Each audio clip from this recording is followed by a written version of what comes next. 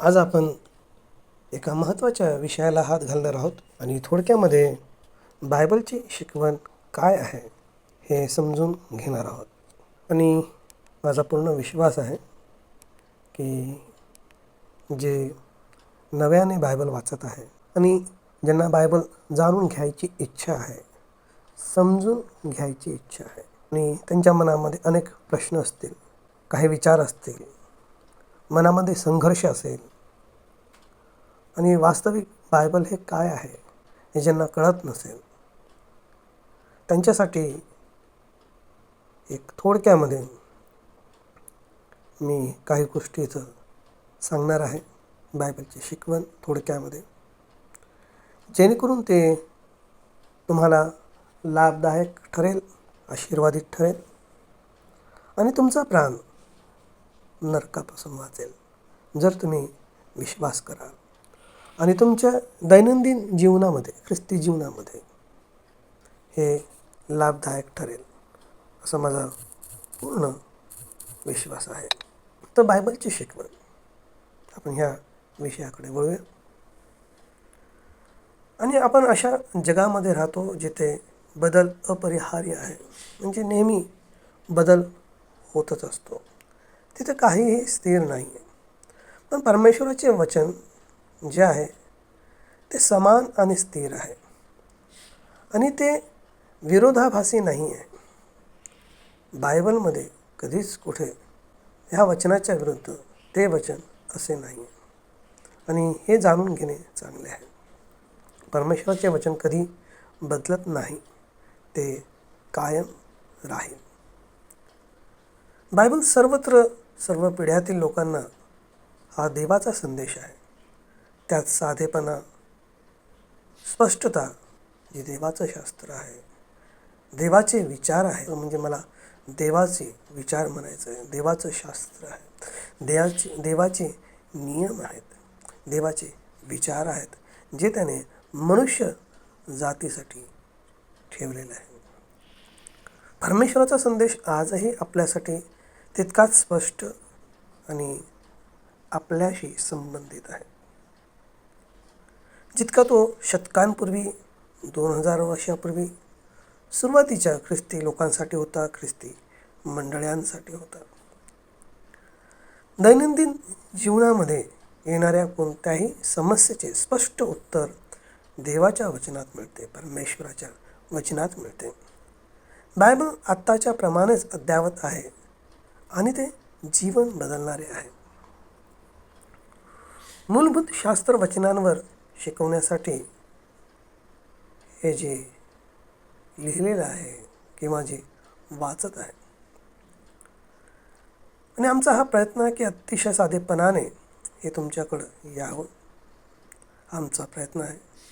आणि हे तुम्ही जाणून घ्यावे की हे सत्य तुम्ही तुमच्या दैनंदिन जीवनात कशी लागू करू शकाल. कारण देवाचं वचन ऐकणं, समजणं आणि त्याप्रमाणे आपल्या व्यक्तिगत जीवनात, आपल्या कुटुंबात, आपल्या मंडळीत लागू करणं हे महत्त्वाचं असतं. पुढील जे टिप्पणी आहेत किंवा अभ्यास आहे हे तुम्हाला तुमचं बायबल अधिक चांगल्या प्रकारे समजून घेण्यास चांगला मार्गदर्शक ठरेल असा माझा पूर्ण विश्वास आहे. आणि बायबल अधिक वेळा वाचण्यास आणि त्याचा आदर, सन्मान, त्याची कदर कशी करावी हे शिकण्यास तुम्हाला सक्षम करेल, मजबूत करेल, बलवान करेल अशी आशा आहे. तर आपण पहिल्या मूळ मुद्द्याकडे जाऊया. बायबल काय आहे? पहिली गोष्ट ही आहे की बायबल हे सत्य आहे. पवित्र शास्त्र सांगते, तुझे वचन सत्य आहे. योहान 17:17. हे परमेश्वर प्रेरित आहे, हे देव प्रेरित आहे. हे कुठल्याही पुरुषांचे शहाणपणाचे शब्द नाहीत, परंतु जेव्हा देवाच्या पवित्र पुरुषांना पवित्र आत्म्याने प्रेरित केले, बोलण्यास प्रेरित केले, लिहिण्यास प्रेरित केले, प्रवृत्त केले, तेव्हा हे भविष्यवाणीची वचनं आली. बायबल म्हणजे पुस्तकांची संपूर्ण लायब्ररी आहे. या बायबलमध्ये एकूण 66 पुस्तकं आहेत. हे जुन्या आणि नवीन करारामध्ये म्हणजे 2 भागामध्ये विभागलेले आहेत आणि ह्याला आपण टेस्टामेंट असे म्हणतो. ओल्ड टेस्टामेंट आणि न्यू टेस्टामेंट. म्हणजे ह्या शब्दाचा अर्थ आहे करार, जुना करार आणि नवा करार. हा टेस्टामेंट किंवा करार हा एक असा शब्द आहे ज्याद्वारे देव स्वतःने त्याच्या लोकांसंबंधी जे त्याचं नातं आहे, जो त्याचा संबंध आहे ते दाखवतो. जुन्या करारात एकूण 39 पुस्तके आहेत. अदनच्या बगीच्यामध्ये देवाच्या अद्भुत निर्मितीबद्दल आणि सहवासाबद्दल अनेक रोमांचक कथा म्हणजे वास्तविक घटना आहेत ज्या उत्पत्तीच्या काळामध्ये एदेनच्या बागेमध्ये घडल्या. उत्पत्तीच्या पुस्तकात आपण शिकतो की मनुष्य पापात पडला आणि त्याला बागेतून हाकलून देण्यात आले आणि देवाबरोबरचा परिपूर्ण सहवास, संगती, सहभागिता ह्यापासून मानव वेगळा झाला, मनुष्य वेगळा झाला, आदम आणि हवा वेगळे झाले. मूळ पापामुळे मनुष्यावर अनेक रोमांचक आणि कधीकधी भयानक परिणाम घडले. बायबलच्या पहिल्या पुस्तकामध्ये तुम्ही याविषयी वाचाल. जुन्या करारात यहुदी राष्ट्राचं बोलावणे आहे आणि त्यांचा इतिहास आहे. देवाच्या निवडलेल्या लोकांमध्ये अनेक अद्भुत नेते होते जे देवाच्या कार्यासाठी समर्पित होते आणि पूर्णपणे ते परमेश्वरावर अवलंबून होते. योसेफ, मोशे, यहोशुवा, दावीद आणि इतर अनेकांच्या विलक्षण पराक्रमाबद्दल, त्यांच्या अद्भुत विश्वासाबद्दल, त्यांच्या समर्पित जीवनाबद्दल तुम्ही तेथे वाचाल. त्यांनी त्यांच्या जीवनात तोडजोड केली नाही. त्यांनी देवाच्या वचनाला ओलांडले नाही. ते देवाच्या वचनाला ओलांडून नाही गेले. म्हणजे त्यांनी देवाचं वचन कधी नाकारलं नाही.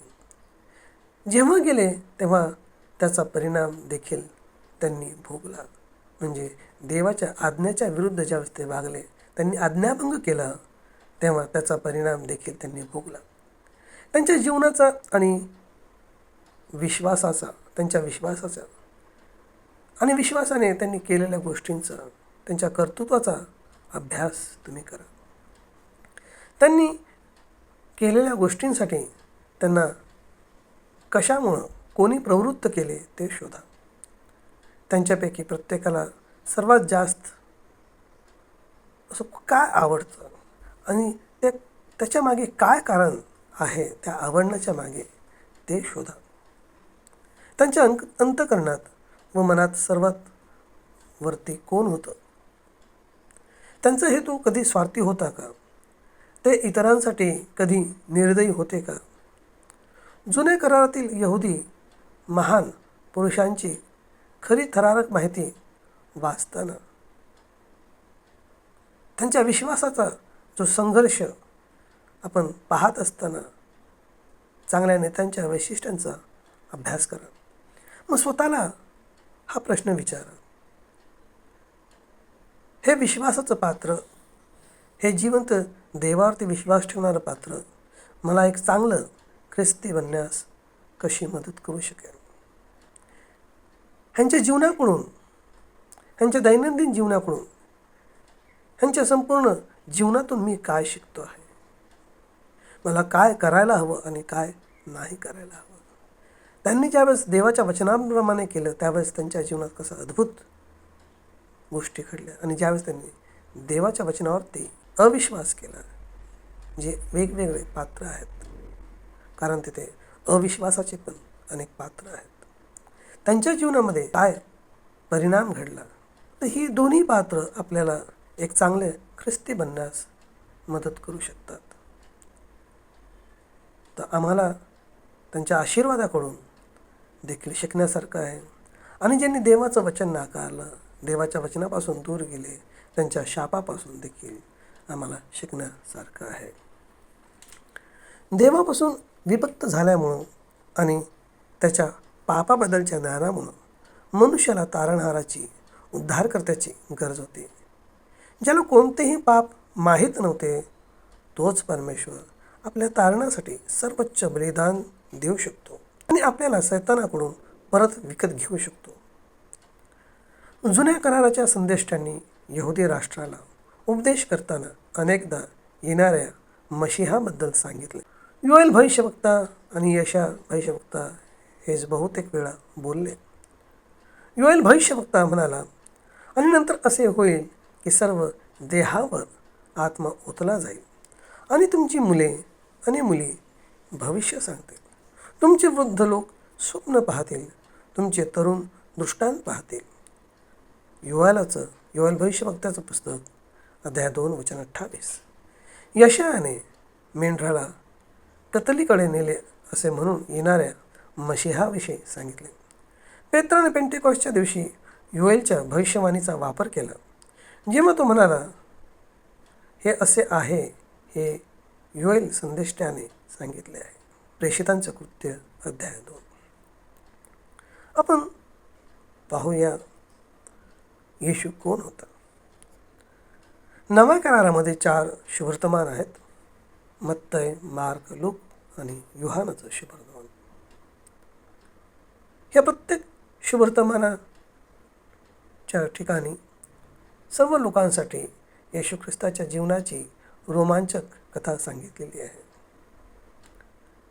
येशू हा माणूस कोण होता ज्याने गालिलच्या किनाऱ्यावर फिरताना आजारी लोकांना बरे केले, खेड्यापाड्यात प्रचार केला आणि येणाऱ्या देवाच्या राज्याबद्दल शिकवले, तेव्हा इतके लक्ष वेधून घेतले.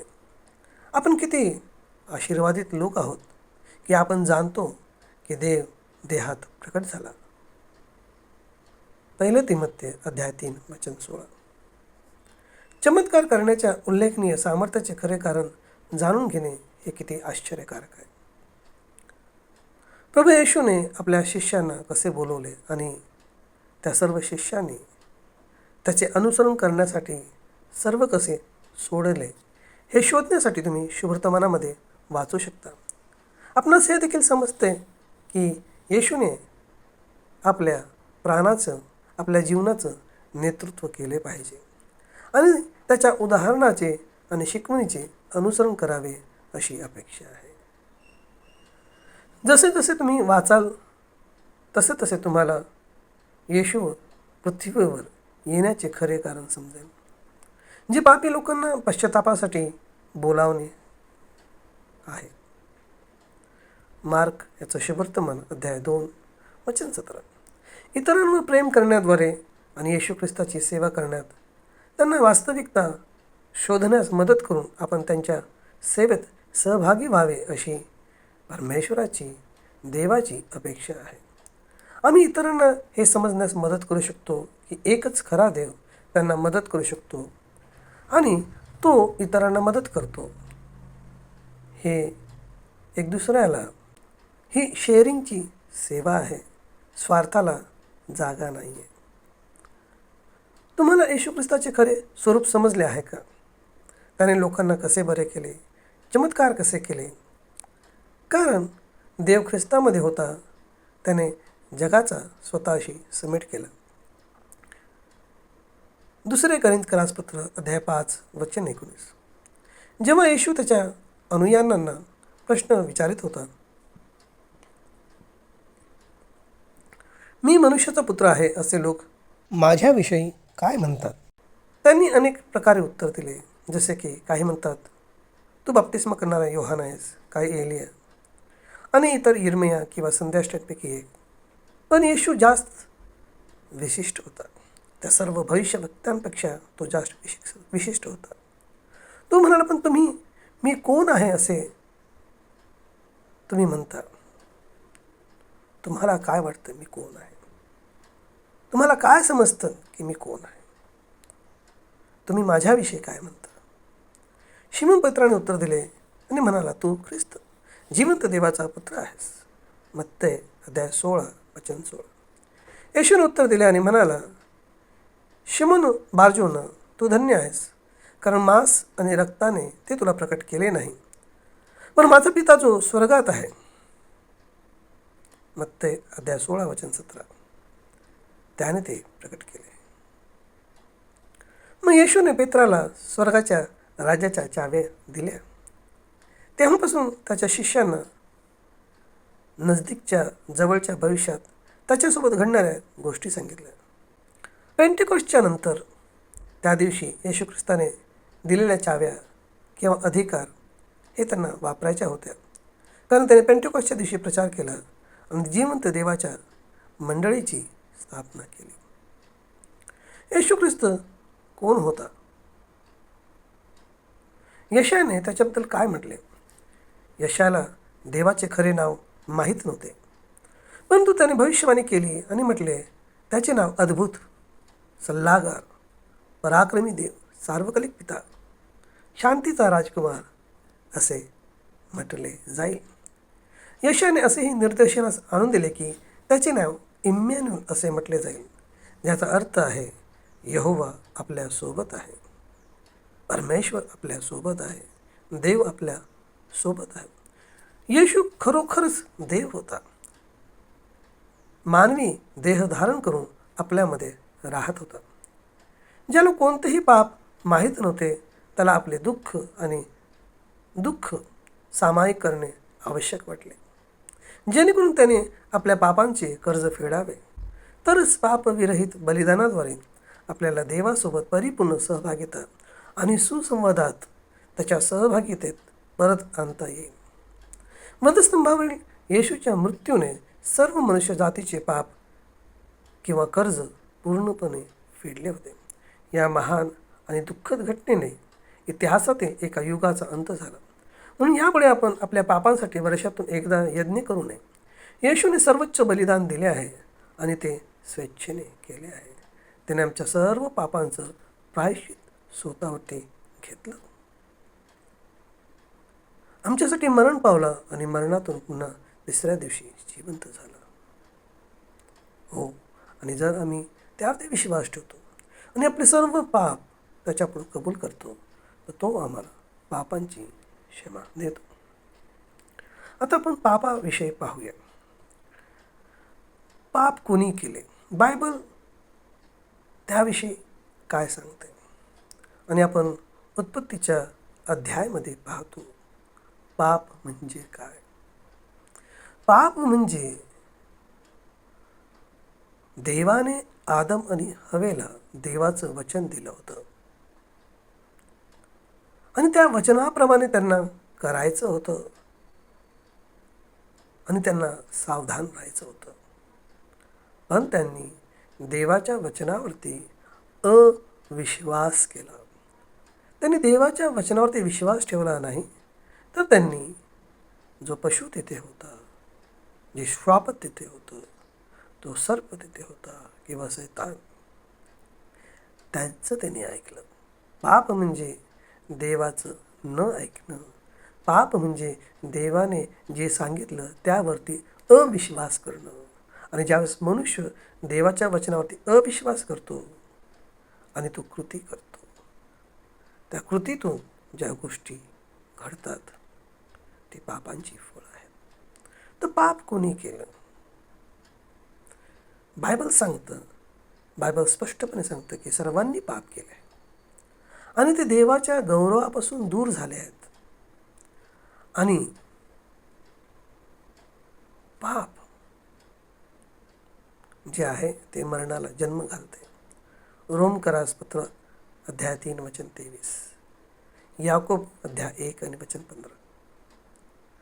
पाप गर्भवती होतं आणि मरणास उपजवतं.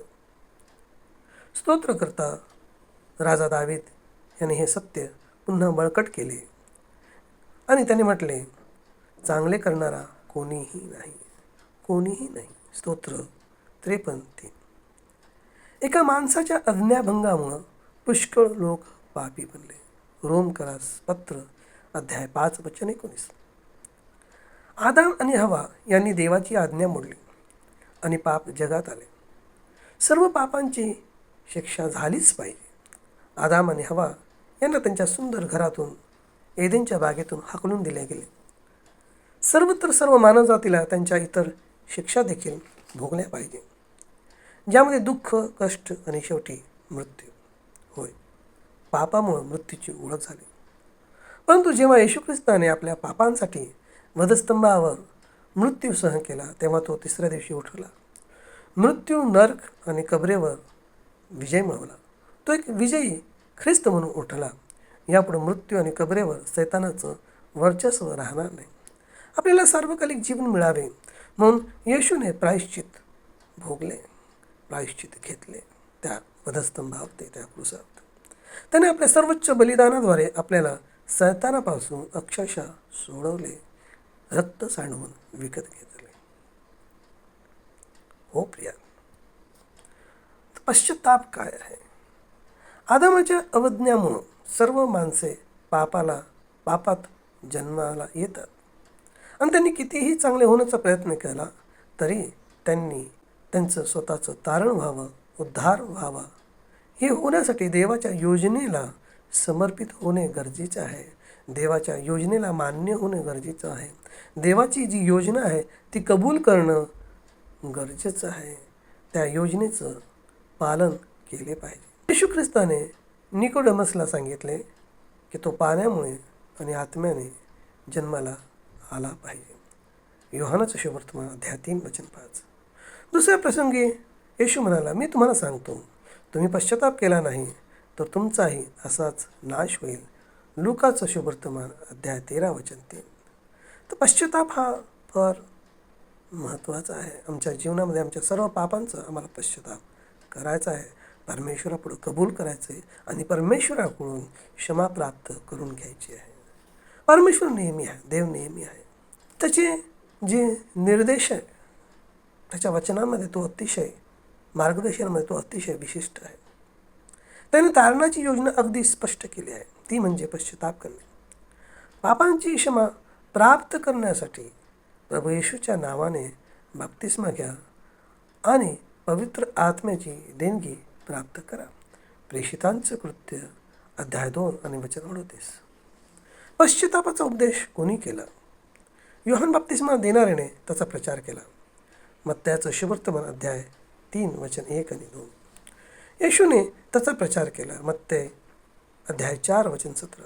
येशूने 12 जणांना त्याचा प्रचार करण्याची आज्ञा दिली. लूक याचं शुभवर्तमान अध्याय 24 आणि वचन 47. येशूने 70 लोकांना त्याचा प्रचार करण्याची आज्ञा दिली. लूक अध्याय 10 वचन 9. नंतर पेत्र आणि पौल दोघांनी त्याचा प्रचार केला. प्रेषितांचे कृत्य अध्याय 2 वचन 38 आणि प्रेषितांचे कृत्य अध्याय 20 आणि वचन 21. आपल्या प्रभूने पेत्राला राज्याच्या चाव्या दिल्या, अधिकार दिला. आणि पेंटिकोस्टच्या दिवशी पेत्राने आपला अधिकार वापरला. तेव्हा उभे असलेल्या लोकसमुदायाने एक महत्त्वाचा प्रश्न विचारला. ज्यावेळेस त्यांना जाणीव झाली की आम्ही पापी आहोत, तर आता आम्ही काय करावे? पेत्राने त्यांना पहिली गोष्ट सांगितली, पश्चाताप करा. तुम्हाला पश्चाताप कसा होतो? देवाला सांगा की तुम्ही तुमच्या पापांबद्दल दिलगिरी आहात. त्याला तुम्हाला क्षमा करण्यास सांगा. तो तुमच्या पापांची क्षमा करण्यास तयार आहे आणि तो न्यायी आहे. पापांपासून दूर जा, दूर राहा. पवित्र शास्त्र म्हणते की ईश्वरी दुःख पश्चातापाचे कार्य करते. करिंथकरास पत्र, दुसरे पत्र अध्याय 7 वचन 10. जर तुम्ही खरोखर पश्चाताप कराल, खेद व्यक्त करत असाल आणि पापापासून दूर असाल, त्या गोष्टी पुन्हा कधीही न करण्याचा संकल्प आपल्या मनात करत असाल, तर तुम्ही बाप्तिस्मासाठी तयार आहात, जी तारणाच्या योजनेतील दुसरी पायरी आहे. हो प्रिया, बाप्तिस्मा हा तारणाचा एक अतिशय महत्त्वाचा टप्पा आहे. उमेदवारांनी तारण होण्यासाठी, उद्धार होण्यासाठी, पापांच्या माफीसाठी प्रभू येशू ख्रिस्ताच्या नावाने बुडवून बाप्तिस्मा घेणे अत्यंत आवश्यक आहे. बायबल स्पष्टपणे सांगते, जो विश्वास ठेवतो व बाप्तिस्मा घेतो त्याचे तारण होईल. मार्क याचं शुभवर्तमान अध्याय 16 वचन 16. बाप्तिस्माची योग्य पद्धत किंवा पद्धत देखील महत्त्वाची आहे. बाप्तिस्मा हा शब्द ग्रीक शब्दापासून आला आहे. बॅप्टिझो, ज्याचा अर्थ आहे बुडवणे. या वाक्यावरून हे स्पष्ट होते की बाप्तिस्मा या शब्दाचा अर्थ बुडवणे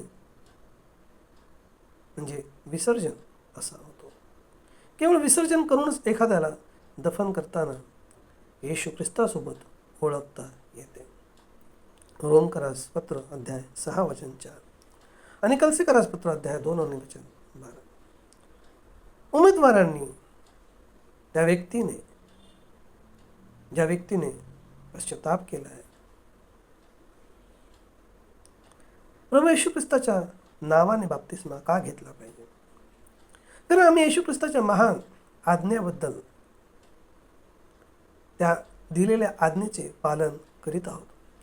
ज्याने म्हटले आहे की तुम्ही सर्व जगात जा आणि प्रत्येक प्राण्याला सुवार्थ सांगा. जो विश्वास ठेवतो आणि बाप्तिस्मा घेतो त्याची तारण होईल. मार्क अध्याय 16 वचन 15 आणि 16. प्रभू येशूच्या शब्दांकडे देखील लक्ष द्या. ते समजून घ्या तो काय म्हणत आहे. म्हणून तुम्ही जा आणि सर्व राष्ट्रांना शिकवा, त्यांना पित्याच्या, पुत्राच्या आणि पवित्र आत्म्याच्या नावाने बाप्तिस्मा द्या. मत्तेचं सुवर्तमान अध्याय 28 वचन 19. येथे नाव हा शब्द एकवचनी आहे. याकडे लक्ष द्या. नाव काय आहे? स्वर्गात फक्त एकच नाव दिले आहे ज्याद्वारे आपले तारण किंवा उद्धार झाला पाहिजे. प्रेषितांचं कृत्य अध्याय 4 वचन 12 आणि ते नाव प्रभू येशू ख्रिस्त आहे. येशू हे पित्याचे, पुत्राचे आणि पवित्र आत्म्याचे नाव आहे. पिता, पुत्र आणि पवित्र आत्मा या शब्दाची हे जे शब्द आहेत ही नावं नाही आहेत, परंतु केवळ त्या पदव्या आहेत, उपाधी आहेत. फक्त एकच नाव आहे, येशू. तो देहात प्रकट झालेला आणि मानवता धारण केलेला परमेश्वर आहे, देव आहे, यहोवा आहे. हे जाणून घेणे किती आश्चर्यकारक आहे.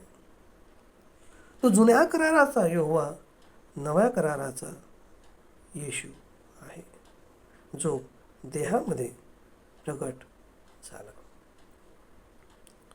आपण म्हणाल त्यासाठी काही आपल्याकडं वचनं आहेत का? हो. यशाया 7 वचन 14,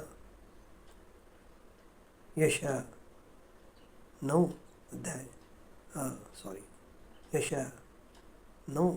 वचन 6.